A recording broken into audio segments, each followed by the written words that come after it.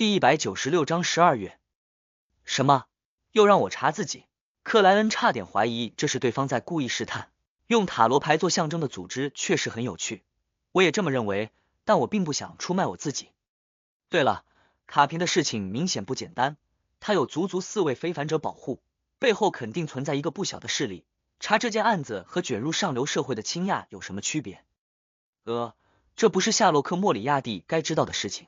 克莱恩露出思索的表情，斟酌着说道：“想找到一个神秘的组织并不容易，而且非常危险。”塔利姆对他的回答似乎早有预料，呵呵笑道：“夏洛克，不需要你去冒险。那位大人物的意思是多留意、多搜集相应的情报或者传闻。这里是5磅现金，是他给你的活动经费。即使你未收获任何有价值的消息，也不会让你返还。而一旦你拿到了有用的线索，他将逐条付钱，并报销你在整个过程中的花费。这么好的条件，那位大人物很看重这件事情啊。他是和卡平背后的势力有关系，还是希望找到以塔罗牌为代号的神秘组织帮他做事？报销？真是好久没有听到人对我承诺这种事情了。对方话都说到这种程度了，一位私家侦探要是还拒绝，那就显得太可疑了。而且调查自己这种事情，明显应该掌握在自己手上。克莱恩犹豫了几秒道：“好的，我尽力。”他没有客气地接过了塔利姆递来的5张1磅面额钞票，打算隔1-2周就提供一条似是而非的线索。极光会不是要找愚者吗？愚者明显属于塔罗牌啊，希望那位大人物一路追索，除掉 A 先生。克莱恩心里逐渐有了些想法。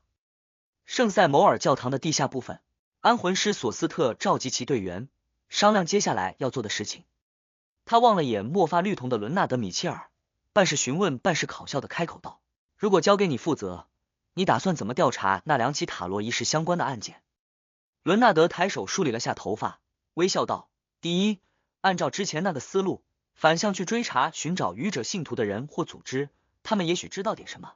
第二，重查前面2起案子，将牵涉进来的所有人全部放入名单，不管有没有嫌疑，之后再依靠梦魇的能力逐个询问，逐个排除，魔鬼也许就藏在细节里，藏在看似不可能的人身上。”索斯特呵呵笑了一声：“我翻看过卷宗，这2起案子涉及的人非常多，各自居住在不同的地方，想要重新排查一遍，相当困难。而且里面有的人本身就是活跃在地下世界的非凡者，很懂得隐藏自身，我们根本没有办法掌握他们的行踪。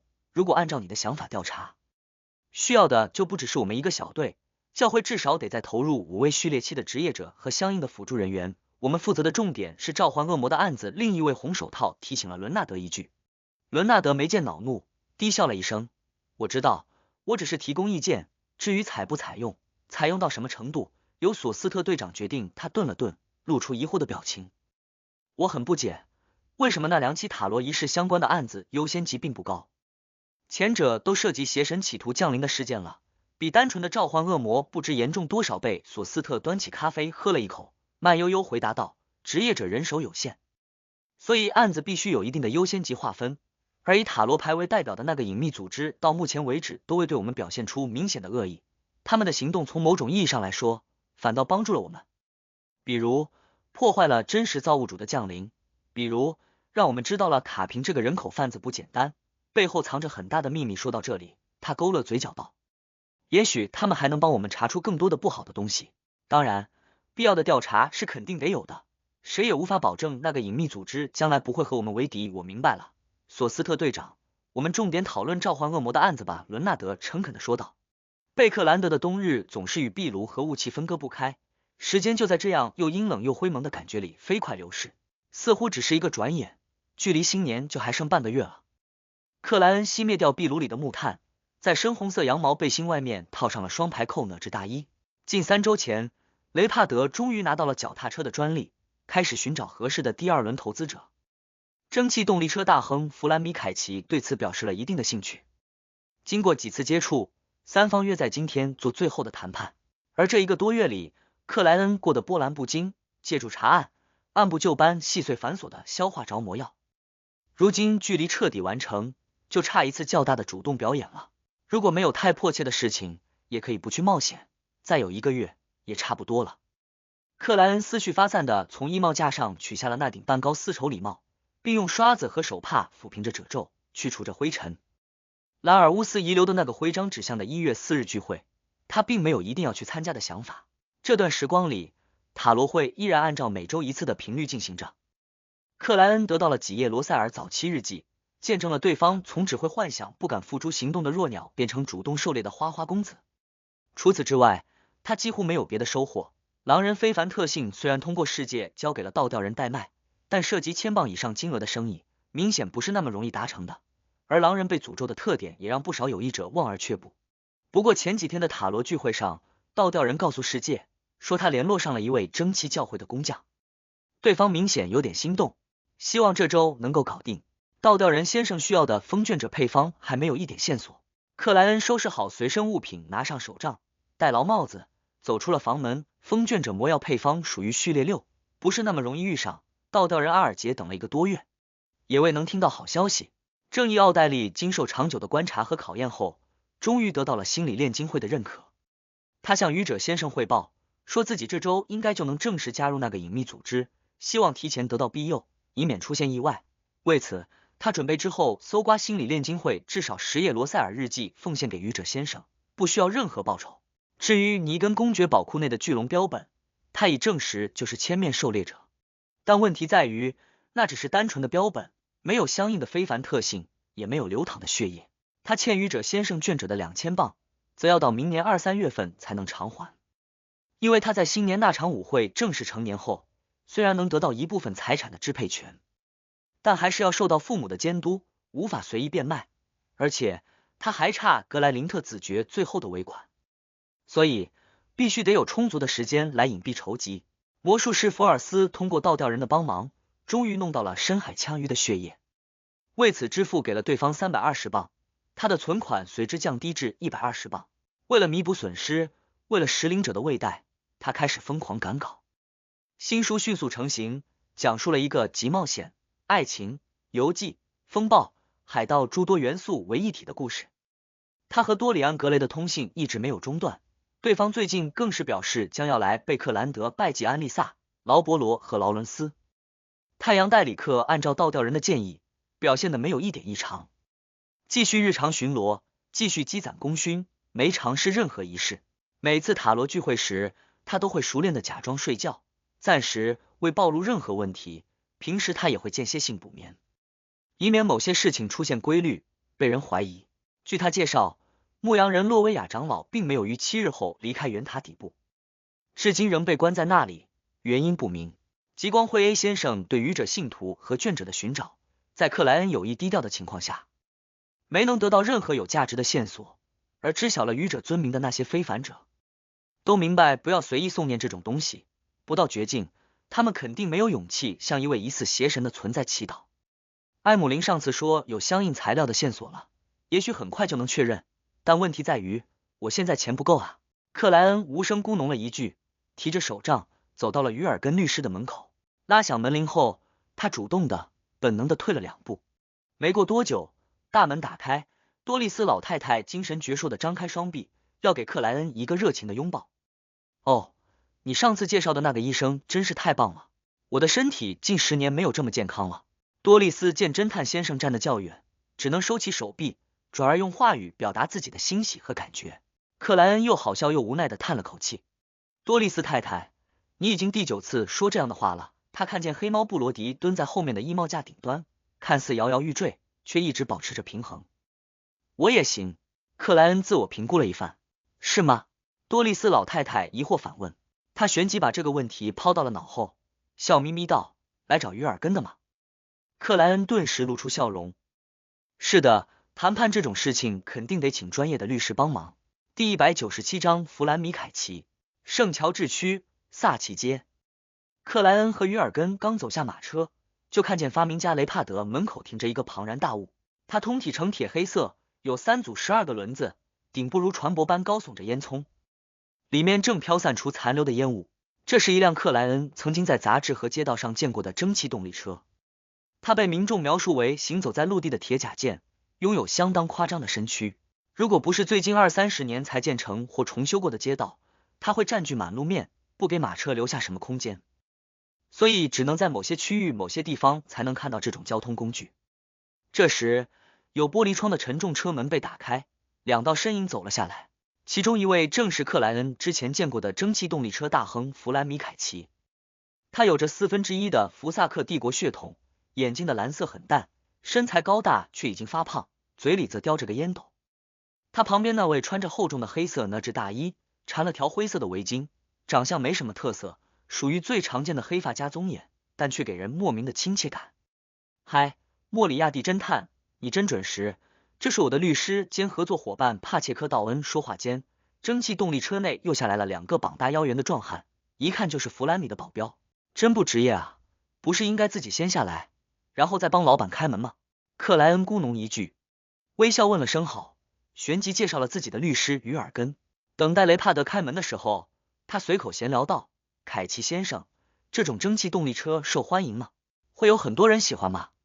弗兰米凯奇笑道，那些自认为体面的人说它太野蛮太粗糙，而普通人又买不起，只有我这种机械与蒸汽的狂热爱好者才愿意购买，主要也是很多街道太狭窄。克莱恩宽慰了一句，弗兰米凯奇是他找来的投资者，并非雷帕德的功劳。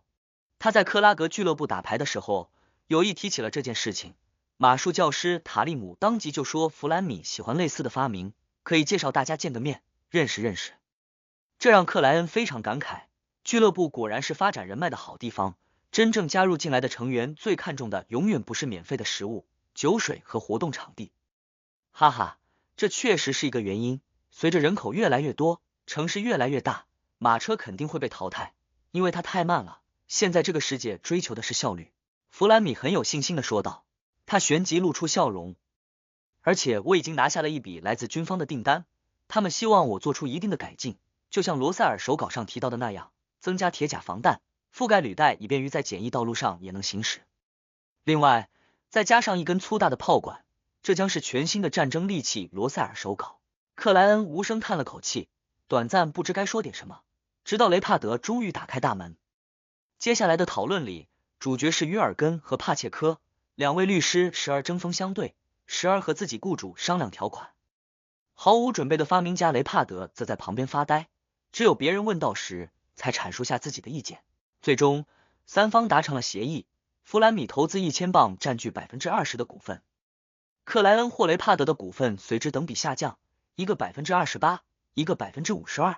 与此同时，弗兰米会以一定的溢价从克莱恩手里再收购18%的股份，为此他将花费1000镑，并且是税后。同样的，他将以500镑的税后价格从雷帕德那里买下9%的股份。经过这样的交易，弗兰米成为了新建立的贝克兰德脚踏车公司最大的股东，占据47%的股份。他将负责后续的工厂化和推广销售，而公司的账上将有他投资的那1000镑。这是初始启动资金。雷帕德是第2大股东，有43%的股份，工作是协助完成批量化流水线生产。克莱恩只剩下10%的股份，属于纯粹的财务投资。而他卖掉股份得到的1000镑，也让他的个人财富激增到了2235镑，差不多有底气购买一件无面人主材料了。作为私家侦探，他这1个多月里还在继续接受委托，日常开销完全不需要动用存款，还得给于尔根律师50镑的报酬，只剩2185镑。回头还得感谢下塔利姆。克莱恩念头一闪，落笔签字，盖上了印章，然后起身与弗兰米、雷帕德握手道：“合作愉快。”弗兰米掏出黄金怀表看了一眼，呵呵笑道：“正常来说，我们应该一起去用个午餐，庆祝协议的达成。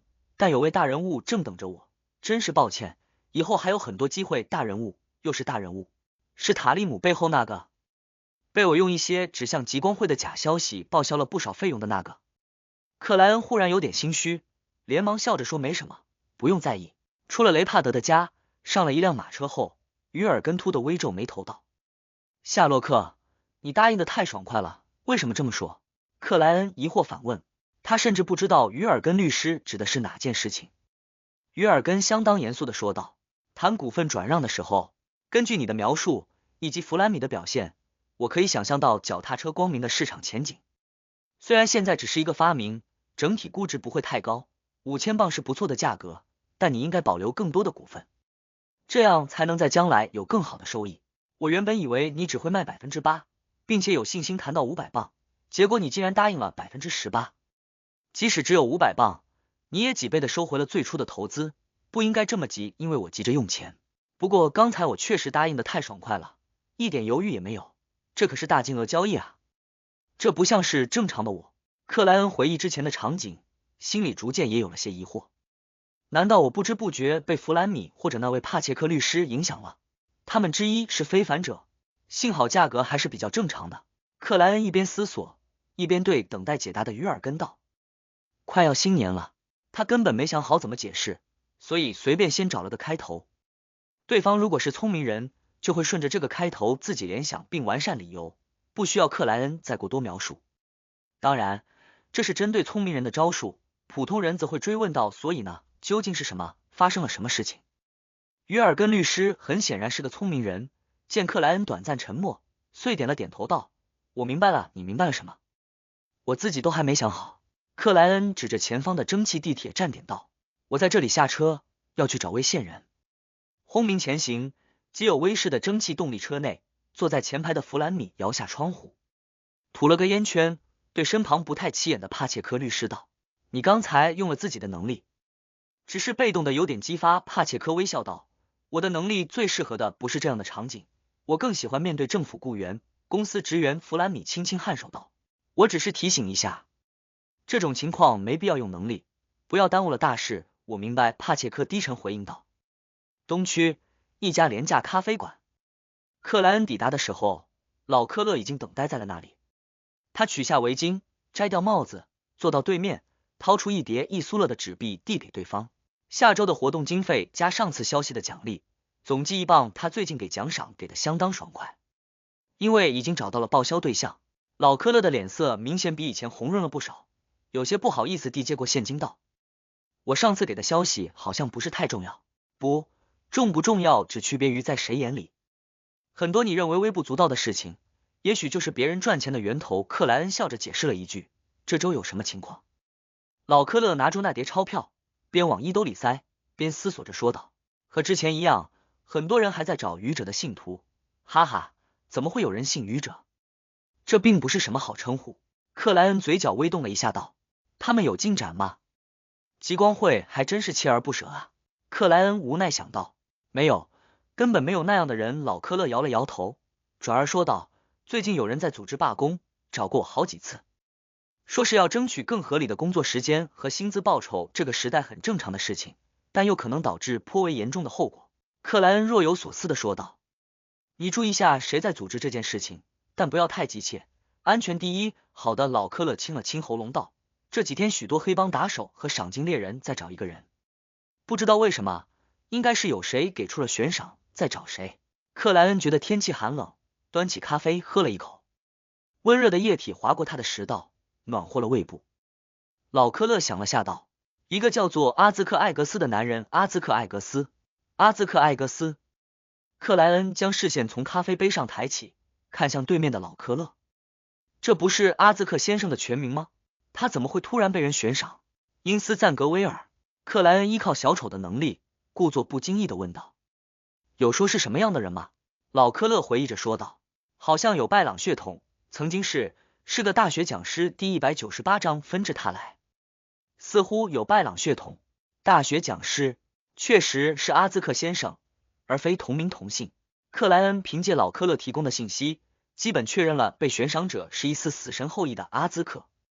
那问题来了，究竟是谁，或者说哪个组织在找阿兹克先生？以复活死神为终极目标的灵教团，喜欢当幕后黑手的因斯赞格威尔，不太像后者。因斯赞格威尔有封印物0:8，能让目标按照自身的描述行动，通过一连串巧合达成想要的目的。他完全没必要再借助黑帮成员和赏金猎人找阿兹克先生。等等，如果这本身就是封印物008的安排呢？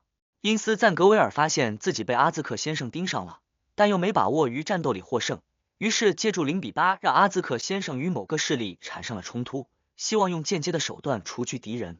而这次的悬赏就是那个势力发布的，很有可能。不过也不能排除灵教团。阿兹克先生为了复仇，也许和他们进行了一定的接触，但双方在复活死神等事情上出现了重大分歧，最终导致决裂。克莱恩瞬间想到了2个可能和相应的缘由。他端起咖啡喝了一口，然后对老科勒道：你帮我打听一下是谁发布的这个悬赏任务，以及具体的价格，如果合适，也许我会顺便留意一下。没有问题，老科勒并不觉得克莱恩的要求有什么不对。从某种意义上来说，私家侦探和赏金猎人没有本质的区别，唯一的不同在表现形式上，前者连捉奸找猫、帮人遛狗这种小事都会做，并且喜欢推理胜过动物。等老科勒讲完别的见闻，克莱恩按照职业者的教程，简单的教导了对方套话的一些技巧，以及个别场景中的应急处理方案。我该去码头了，感谢您，莫里亚蒂侦探，你让我又拥有了美好的生活。老科勒拿起桌上的破旧软帽，真心诚意的道了声谢。在他看来，侦探先生不仅为自己提供了一份报酬丰厚的工作，而且还教导了许多有用的东西，即使对方将来不再需要线人，这些技巧也足以让他于东区勉强生存下去，尤其在他年纪越来越大，越来越干不了重活之后。美好的生活，在我看来，你目前具备的是一个人最基本的生活。目送完老科勒走出廉价咖啡馆后，克莱恩坐在那里怔怔出神。这是他来到贝克兰德后，第一次从别人口中听到朋友的名字，而且也是第一次有可能把握到因斯赞格威尔的行踪。之前3个多月里，尤其是杀掉兰尔乌斯后，克莱恩的主要目标一直是消化魔药，提升自己，因为他很清楚，自己和多半已经是高序列强者的因斯赞格威尔有着难以弥补的差距。复仇不可以急切，尤其那仅是想想就让人不寒而栗的封印物0-8，更使他连靠近和调查的想法都没有。廷根是黑金级安保公司内发生的一幕幕场景重新跃入了克莱恩的脑海，那双斩亮的皮鞋清晰的就像在他的眼前。后扬起脑袋，缓缓吐了口气，克莱恩拿上围巾和帽子，走出了那家廉价咖啡馆。希尔斯顿区一栋有些陈旧的房屋外，克莱恩走下马车，按了按帽子，直奔大门处。这里是艾辛格斯坦顿的家，这位大侦探前几天写信给克莱恩，邀请他过来做客，讨论一起杀人案。克莱恩因为忙着脚踏车项目的融资问题，委婉的回信说最近没空，以此表示拒绝。谁知道艾辛格斯坦顿并没有在意，说案件步入了死巷子，短时间内不会有什么突破。他非常乐意等待夏洛克·莫里亚蒂侦探的来访，非常期待一场迸发智慧火花的交流。克莱恩只好先占卜出宜于拜访对方的日期，挑选了谈判后最近的那个，也就是今天下午，并回信与对方敲定了此事。叮当，叮当，克莱恩拉了2下门铃，退后1步等待。过了10几秒，房门吱呀一声打开，艾辛格大侦探的助手微笑道：下午好，莫里亚蒂侦探，斯坦顿先生正在起居室等你。你是要喝咖啡还是红茶？这位助手身材瘦削，戴着金边眼镜，显得既文质彬彬又有专业素养。克莱恩抬头看了他一眼道：红茶吧，少加柠檬片，没有问题。助手引着克莱恩进入客厅，指了指起居室的门道：不好意思，我们的仆人都是临时性的，今天他们刚好休息，只能麻烦你自己过去。克莱恩微微点头，迈步走到了1楼的起居室外面。他抬手敲门的同时，忽然觉得有点不对。我来拜访斯坦顿先生是提前几天就定好的事情，怎么会恰好遇到临时性仆人全部休息？克莱恩眯了下眼睛，伸手掏出了一枚铜便士。就在这时，起居室的门因敲击而后敞，裂开了一道不大不小的缝隙，瞬息间似乎有什么封印被解除，浓烈的鲜血味道传了出来，钻进了克莱恩的鼻端。他的视线内，起居室中那把安乐椅倒翻在地，沾染着不少暗红的血液，一本书籍落于旁边，封面朝上。只是晃了这么一眼，克莱恩就仿佛看见了凶杀案的现场，那本图书的名字随之映入了他的瞳孔：西维拉斯地区的恶魔传说。恶魔。克莱恩正要有所动作，起居室内突然刮起了一阵烈风，一把拉着房门快速往后，哐当！克莱恩看清楚了起居室内部的完整景象，壁炉里的木炭早已燃烧殆尽，不再有红色外显，茶几、沙发、椅子、橱柜等物品倒的倒，碎的碎，似乎见证了一场激烈的战斗。地毯和墙壁上有不少血迹，并伴随大量的焦痕，但现场找不到一具尸体，甚至连残肢都看不见。斯坦顿侦探出事了！克莱恩猛地退后1步，打算先脱离这里，可几乎是同时，他感觉自己被谁锁定了，有个不知道藏在哪里的人正冰冷的、无情的注视着他。一旦他的应对出现错误，立刻就会遭遇致命攻击。这算什么宜于拜访艾辛格斯坦顿？我对启示的解读出问题了。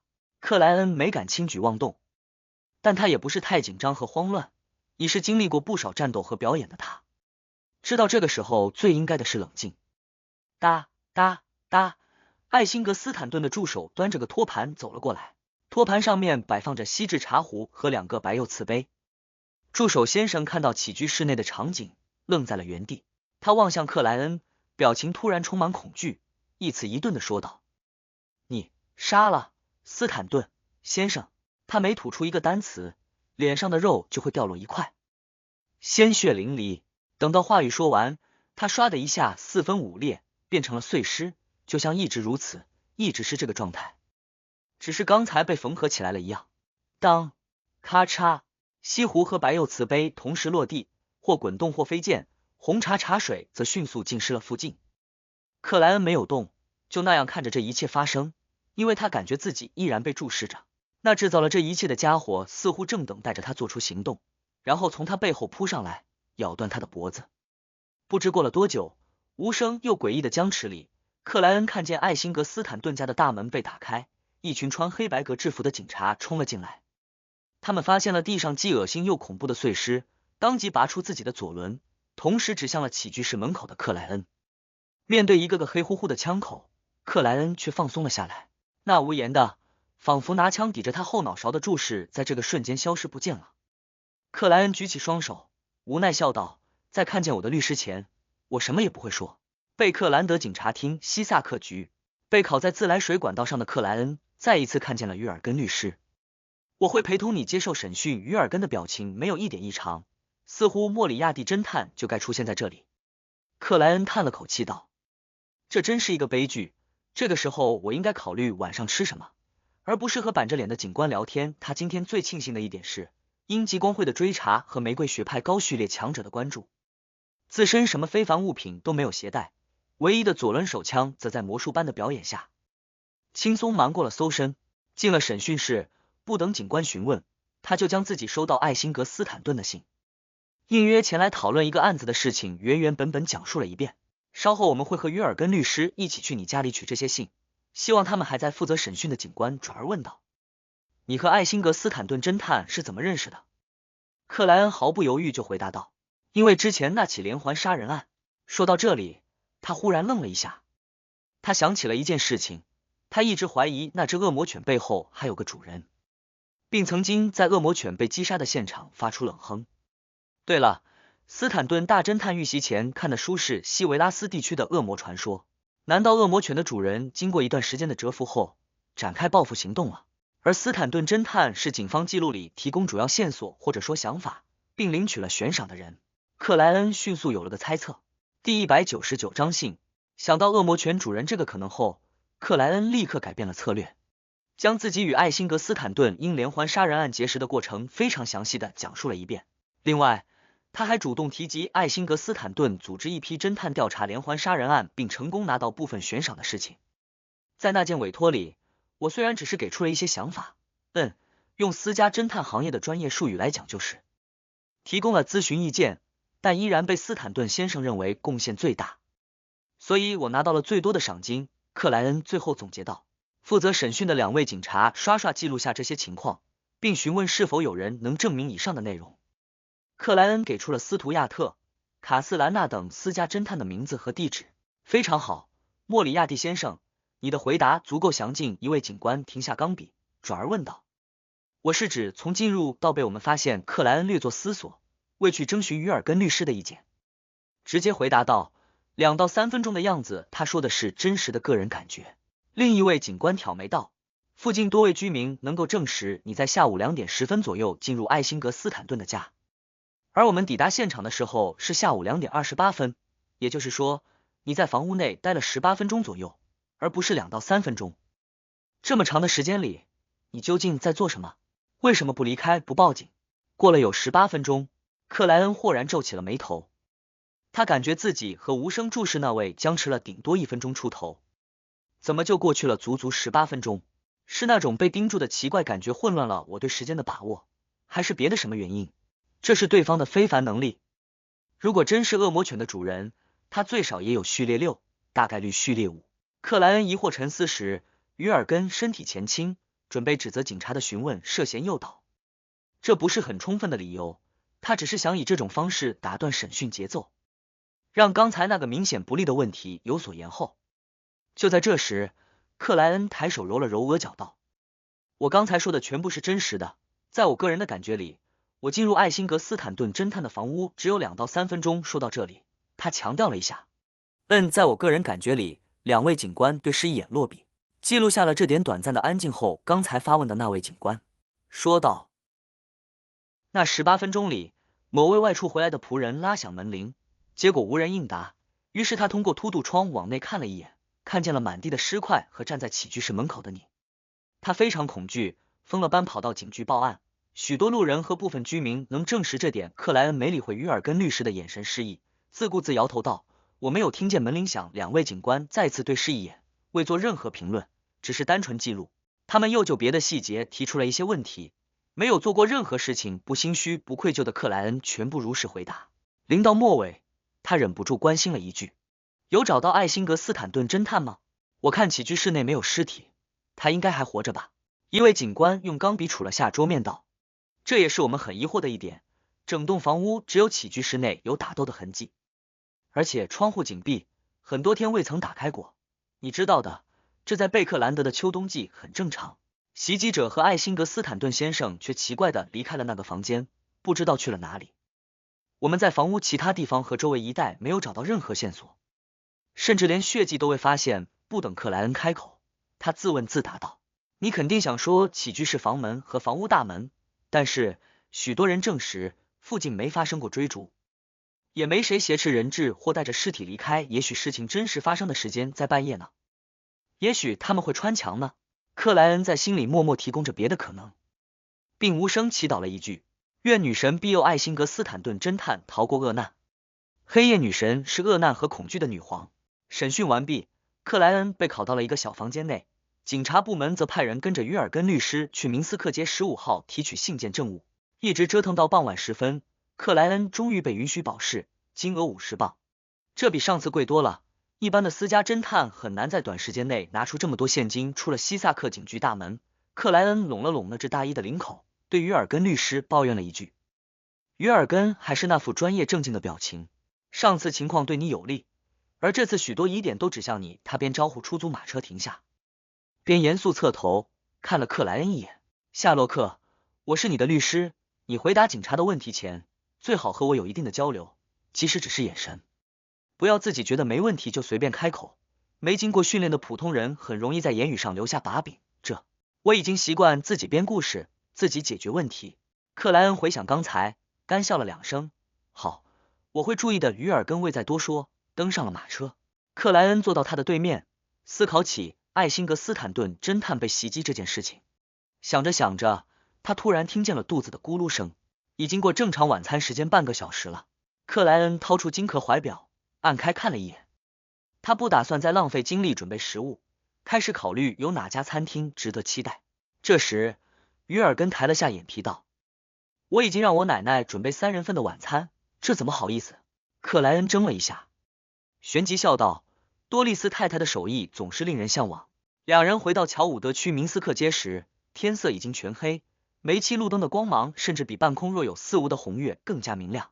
在于尔根律师家蹭了顿晚餐，撸了把猫后，克莱恩于寒冷潮湿的空气里踱步回到了15号那栋房屋外面。他习惯性翻了下信报箱，取出了一份刚送来没多久的贝克兰德晚报。克莱恩拿着报纸开门进屋，刚放好手杖，突然觉得有点不对。他的占卜家灵性直觉告诉他，有陌生人进过自己家，是先前来取证的警察。克莱恩警惕四顾，忽地发现茶几上放着一封信，那里本应该只有报纸。克莱恩时刻防备着袭击的进入客厅，靠拢了茶几。整个过程里，周围安静无声，没有丝毫异常。低头审视了那封信几眼，克莱恩先掏出黑色手套戴上，然后才将它拿起拆了开来。信封里面是一张薄薄的信纸，展开之后立刻有暗红的颜色映入克莱恩的眼眸，淡淡的血腥味随之萦绕于他的鼻端。那信纸之上凝固的血液书写着一行单词：“你们都要死。”这真是恶魔犬的主人，他在报复让手下身亡的相关人等。真是欺软怕硬啊，怎么不直接找负责清除行动的职业者强者？克莱恩心中一紧，瞬间闪过了诸多想法。不过他很快就否定了自己的抱怨，复仇先从能对付得了的人开始是最正常的选择，就像他来贝克兰德几个月，始终没想过找因斯赞格威尔，却追着莱尔乌斯不放一样。再次环顾一圈后，克莱恩渐渐觉得这件事情有些让人迷惑。用这么张扬的方式报复，不怕被官方强者蹲守吗？这是他的魔药扮演要求，或者说，因为艾辛格斯坦顿侦探逃脱，他知道自己已无法隐蔽的一一清除目标，只能换个办法，但这个办法也没什么意义啊。还有，在斯坦顿侦探家的时候，他明明已经锁定我，始终注视着我，为什么不动手？他难道还会顾忌我这么一个普通的私家侦探？不，这绝不可能。他知道我是非凡者，有可能我因为万能钥匙的迷路副作用，和恶魔犬直接碰过面，他有看见我的样子和身形，虽然当时我有做一定的伪装，但并不知道恶魔能不能看穿这个。也许那件事情后，他有用某种方式呈现给他的主人看，但是我当时连恶魔犬都打不赢，只能狼狈逃窜，他有什么好顾忌的？除非他还顾忌着别的事情，比如因受伤隐藏在附近的艾辛格斯坦顿。他非常张扬的写信给我，是认为我这个野生非凡者肯定不敢寻求官方的帮助。克莱恩带着满脑子的疑问检查起房屋，一路来到2楼。当他打开卧室房门的时候，又有一封信跃入他的眼帘。这封信静静躺在书桌上，似乎已经等待了很久。克莱恩拿起拆封，轻轻展开，看见了一行暗红血色勾勒出的单词。你是下一个，下一个，真嚣张啊！克莱恩忍不住感叹了2句。就在这时，他忽然心有所感，抬起脑袋望向窗外，对面是几栋2层的房屋，各自亮着灯光，煤气路灯的灰芒映照在他们的外墙上，形成了一个个明暗交错的区域。突然，那些区域内的阴影蠕动扭曲，组成了一个穿笔挺燕尾服的黑色影子。这影子抬起右手，比出枪形，对准克莱恩点了一下，旋即他收回手臂，吹了吹枪口。紧跟着，他无声无息向后一倒，重新化作无数不连接的阴影。第200章访客们。负责明斯克及周围街区的莱斯警察分局内，克莱恩与送他出门的警官握了握手道：这起恐吓性事件肯定与之前那起连环杀人案有关，当时的组织者大侦探艾辛格斯坦顿先生已经在今天下午遭遇袭击，请你们务必重视。那位警官收回手道：莫里亚蒂先生，你放心，我们肯定不会忽略你提出的可能性，并会立刻向上面汇报，真是太感谢你们了。克莱恩戴上帽子，走出了大门。看到2封恐吓信和一次恶魔犬主人的挑衅后，他毫不犹豫就拿着证据到最近的警察分局报了案，并暗中希望事情尽快转交给代罚者或机械执行小队，让自己置身于官方强者的保护中。虽然他现在没有一定保留侦探身份的理由，完全可以放弃明斯克街15号这个住所，换一个地方，换一个身份，但他怀疑这也许就是恐吓性书写者的目的，借助野生非凡者不敢曝光的畏惧心理，逼自己趁夜转移，然后在这个过程里抓住机会发动攻击。其实我报案的途中也很适合下手，之前我在家里的时候也一样。那个家伙另有图谋啊！克莱恩既疑惑又谨慎地返回了明斯克街。他刚走下马车，就借助沾染着些许雨水的煤气路灯，看见自家门口有个人影在徘徊。克莱恩先是心中一凛，旋即放松下来，因为他认出了那位访客是谁，那是留着络腮胡、身材中等偏瘦的私家侦探斯图亚特，自己的崇拜者。也不能大意，万一恶魔的后续有类似无面人的能力呢？克莱恩握紧手杖，缓步靠近，然后试探着喊了一声。斯图亚特侦探猛地回头，带着几分紧张几分慌乱的说道：莫里亚蒂先生，我收到了一封恐吓信，上面的内容是你们都要死。你也收到了？克莱恩颇感意外，又觉得在情理之中的脱口道。对方是连环杀人案时艾辛格斯坦顿召集的侦探之一。斯图亚特的眼睛陡然睁大。你也收到了？是的，克莱恩郑重点头，而且不止一封。他默默补充了一句：这该怎么办？我先去找过斯坦顿先生，结果听说他被人袭击了，我赶紧就来找你。哦，感谢神的庇佑，我差点就提前离开了。斯图亚特脱口说道。克莱恩指了指大门：我们先进去再说。进了客厅，他借口去盥洗室，赶紧去灰雾之上做了2次占卜，一是确认司徒亚特是否为本人，二是询问今晚有无较大的危险。结果得到了全部肯定的启示，也就是说，司徒亚特不是敌人变化的，而今晚有不小的危险。当然，那危险也许不会爆发在克莱恩面前，有可能暗中就被谁消泯了。这就是占卜的局限，只能获得一定的启示，无法涵盖全部，无法得到精准的答案。而这种神秘领域的局限是无法靠排除法、二分法等技术手段解决的。回到现实世界，克莱恩按了下抽水马桶的机械按钮，在水声的哗啦里，洗手拉开了房门。司徒亚特，你要咖啡还是红茶？克莱恩表面不见一点慌乱的问道。司徒亚特站了起来，摇头道：不，我们应该先讨论问题。虽然我以前也收过不少恐吓信，但没有一次能和今天相比。他肯定是用鲜血写的。我的直觉告诉我，他肯定会付诸行动，而且具备那个能力。对了，斯坦顿先生被袭击也是他做的吧？我认为是这样，克莱恩沉稳说道，随即坐了下来。这应该和之前那起连环杀人案有关。我，斯坦顿先生唯一的共同的交集就是这起案子。司徒亚特的反应略有点过激啊，被斯坦顿先生遇袭吓到了。与此同时，克莱恩仔细观察着对方，被他的态度感染，司徒亚特平静了不少，重新坐下，思索着说道：好像真是这样。他话音未落，房间内突然回荡起叮叮当当的声音，有人拉响了门铃。司徒亚特顿时抖了一下，仿佛惊弓之鸟。克莱恩微皱眉头看了他一眼，起身走向门边。他刚握住把手，外面的景象已然浮现于他的脑海。来者是穿着灰色大衣的卡斯兰娜侦探和他的助手红发女孩莉迪亚，以及其他几位看起来颇为眼熟的男子，都是那次被斯坦顿先生召集起来的私家侦探。果然，克莱恩略一回想，便已认出了来访者们。他发力拉开房门，同时退了2步。眉毛浓密，脸颊肌肉略有点下垂的卡斯兰娜望着克莱恩和他身后的司徒亚特，没有寒暄，直截了当的说道：我们都收到了同样的恐吓信，你们应该也是吧？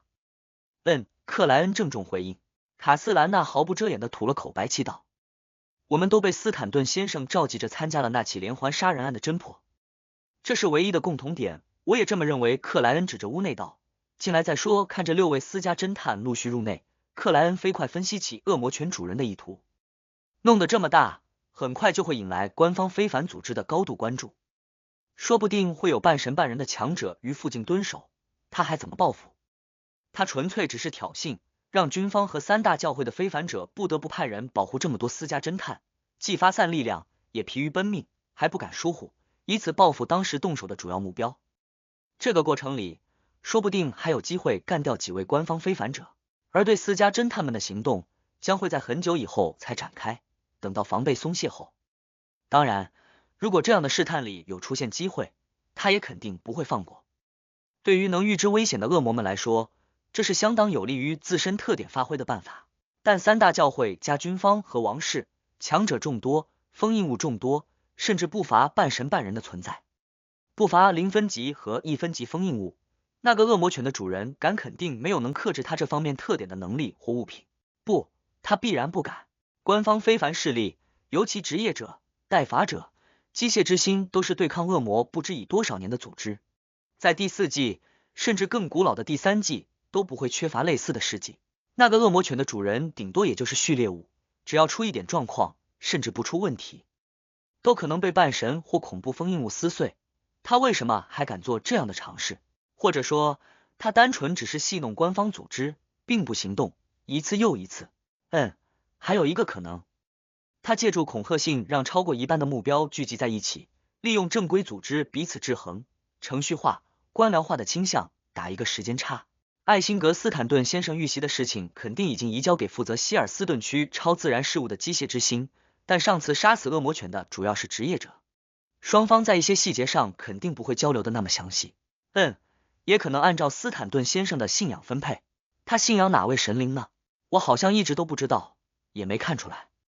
总之，这么多私家侦探分别住在不同区，拥有不同信仰，管辖权的划分是一件让人头疼的事情，而联合行动也没那么容易达成。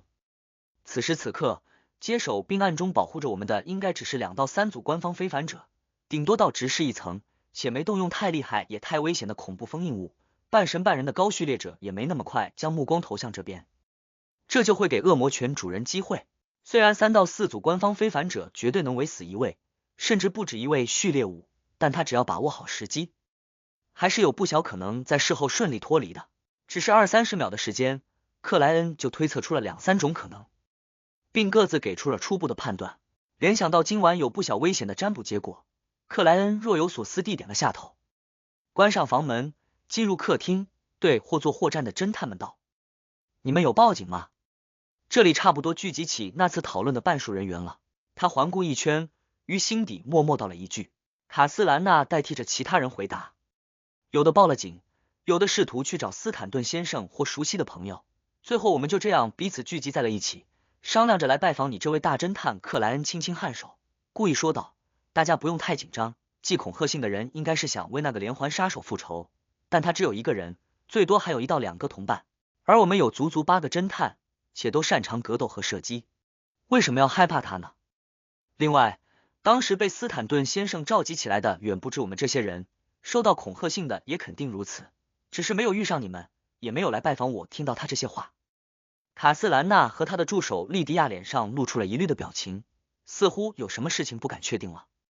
另一位侦探则吸了口气道，莫里亚蒂先生，也许正如你说的那样，我们不必怕他，但他是黑暗里的阴险毒蛇，谁也不知道他什么时候会发动袭击，无法提前防备，而且他还可能伤害我们的家人。哦，我的妻子，不，我的小天使。侦探们顿时出现了剧烈的情绪波动，反应因有些夸张。站在克莱恩身后的斯图亚特更是瑟瑟发抖，又害怕又愤怒。不要这样，他喃喃低语着，情绪接近失控。就在克莱恩和卡斯兰娜试图安抚他们时，斯图亚特突然拔枪，瞄准了克莱恩的后脑。他的眼神一片涣散，情绪似乎已彻底炸开。